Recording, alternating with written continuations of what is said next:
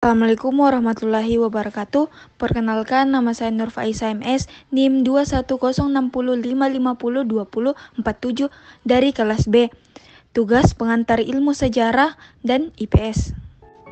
Sekarang saya berada di lokasi pembantaian korban 40.000 jiwa yang berada di Galung Lombok, Kecamatan Tinambung, Kabupaten Polewali Mandar, Provinsi Sulawesi Barat. Kapten Raymond Pierre Paul Westerling atau dikenal Kapten Westerling merupakan tokoh militer Belanda. Ia salah satu kapten kenil yang menjadi wajah kebrutalan Belanda di tahun-tahun Perang Kemerdekaan Indonesia. Bagi orang Indonesia, Westerling adalah pembantai.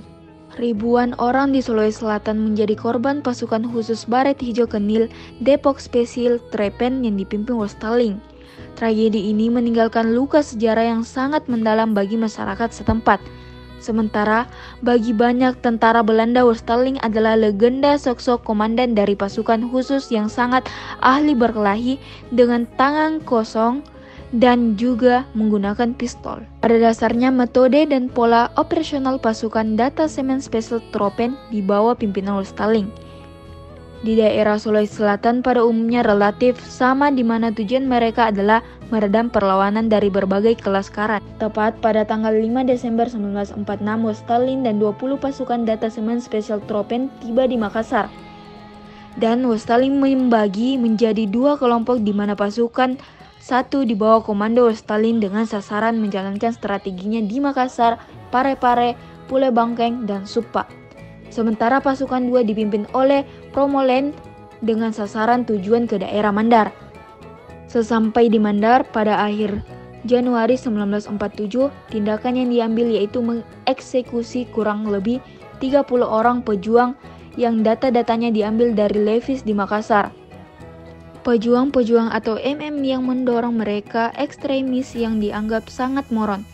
Pemerintah Belanda itu segera dieksekusi, maka pada tanggal 1 Februari 1947, mereka dari Tansil di Majene dibawa ke Galung Lombok yang mengaku untuk dieksekusi, tetapi selain itu, sebagai upaya untuk meredam perlawanan, di salah satu upaya ialah pemerintah Belanda ingin menciptakan efek jera kepada masyarakat bahwa melawan pemerintah Belanda itu sama dengan mencapai kematian. Oleh sebab itu, untuk menggapai efek jera, mereka menghadirkan masyarakat. Mereka ingin masyarakat ke sana untuk menyaksikan jalannya eksekusi itu. Maka pada tanggal 1 Februari 1947, pada pagi hari masyarakat yang ada di sekitaran Galung Lombok dikirim secara paksa. Bahkan sampai ribuan orang untuk menyaksikan jalannya peristiwa. Kemudian Westerling mengambil beberapa orang di penjara melakukan kejahatan, bawa ke sana lalu ditembak di depan semua orang yang berkumpul untuk menakut-nakutinya dan menunjukkan siapa orang yang namanya ekstremis.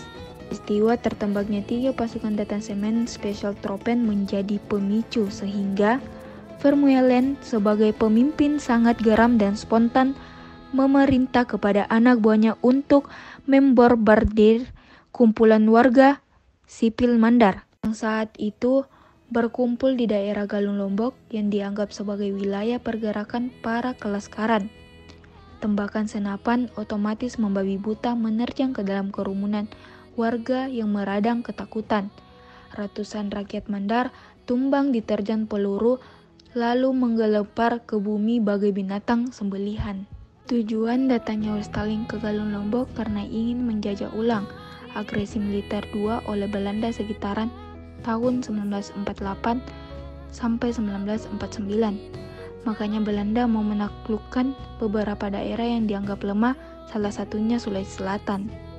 Maka dari itu, adanya pembantaian di Galung Lombok setelah memproklamasikan kemerdekaan pada tanggal 17 Agustus tahun 1945, Indonesia masih harus menghadapi Belanda yang ingin kembali menguasai Indonesia setelah Jepang.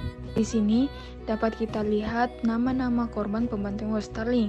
Di antaranya ada Sumaila, Palolo, Yuda, Sakaria, Kamba, Nuru, Ricu, Cakda, Naco, Sunding, Unar, Runa, Bulak, Kamal, Saleh, Kapak, Sulaiman, dan masih banyak yang lainnya belum diketahui. Setelah tadi cerita tentang Kapten Raymond Pierre Paul Westerling atau Kapten Westerling yang datang ke Sulawesi Selatan, dan terjadilah korban pembantaian 40.000 jiwa yang berada di Galung Lombok, Kecamatan Tinambung, Kabupaten Polewali Mandar, Provinsi Sulawesi Barat. Apabila ada salah, mohon dimaafkan.